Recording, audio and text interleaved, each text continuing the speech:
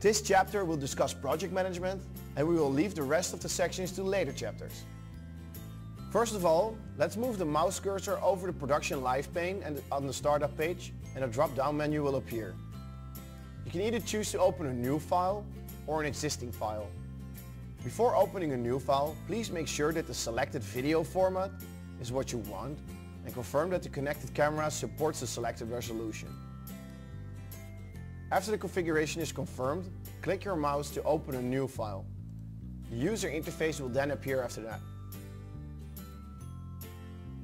The user interface can be divided into 4 major sections. The first section is the upper third of the UI, which contains the preview screens of all materials, such as the camera, the media, the pictures, the text, and the 4 virtual background views, as well as the preview and program out screens. The second section in the lower left-hand corner of the UI contains 4 mix and effects layers, ME1 to ME4.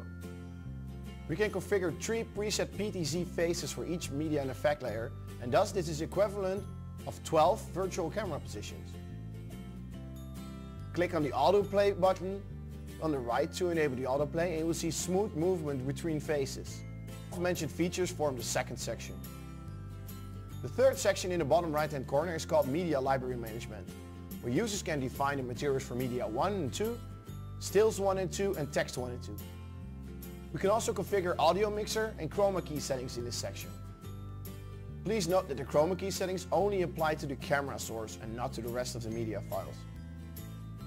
After materials, virtual background, and camera faces are all set, the last part will be to put them together by using the virtual switcher. Just like any general switcher, there are 2 rows for switching control: preview and program out. On the right of the virtual switcher, there are DSK keys for the user to define their own downstream keyer overlay. DSK sources can be camera, video, still pictures, and text. The user can preview the selected media in the first section on the preview screen.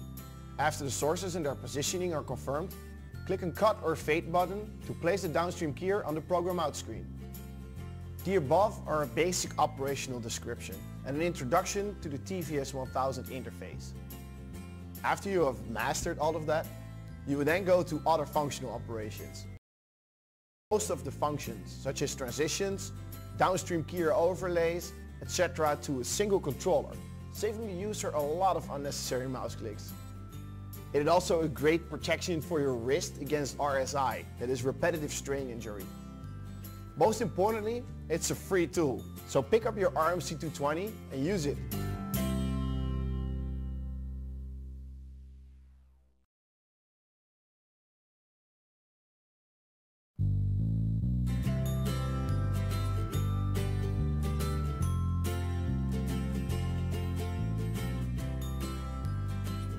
Hi everyone, I'm glad we meet again. After attending the previous 2 presentations, all of you will have a grasp general concept of the TVS1000. Now let's discuss what downstream keying is. I'm sure all of you must have seen the Data Video logo placed in the upper right hand corner of the screen and the current theme displayed at the bottom. These are known as downstream keyer effects. It overlays your readily made materials on the screen so as to make your program more informative and vivid. This is how it works.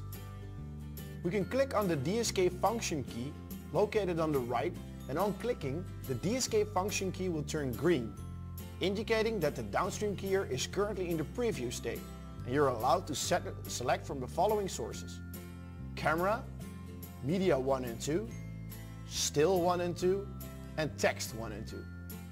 The selection will then appear in the preview window, allowing you to preview its position, size, and the visual effect. To change its position, click on the placement button below to open a window that allows you to adjust the DSK position up, down, and size. It is better to fix the DSK size and position during the design process. Therefore, you will be able to click and use the downstream keyer on the TVS1000 system without affecting its original resolution and quality due to the size adjustment. After finishing setting one DSK, you can then continue to select the source for the second DSK. Repeat the steps I just described. After confirming the position and the visual effect of the DSK, we can then click on the cut or fade buttons below at the right time to switch the DSK from the preview screen to the program. Fade transition effect can be customized by setting its time in seconds, and the DSK position and size cannot be modified anymore. At the end of its mission, click or cut or fade button again to switch the DSK back to the preview screen. Now the DSK button turns back to green.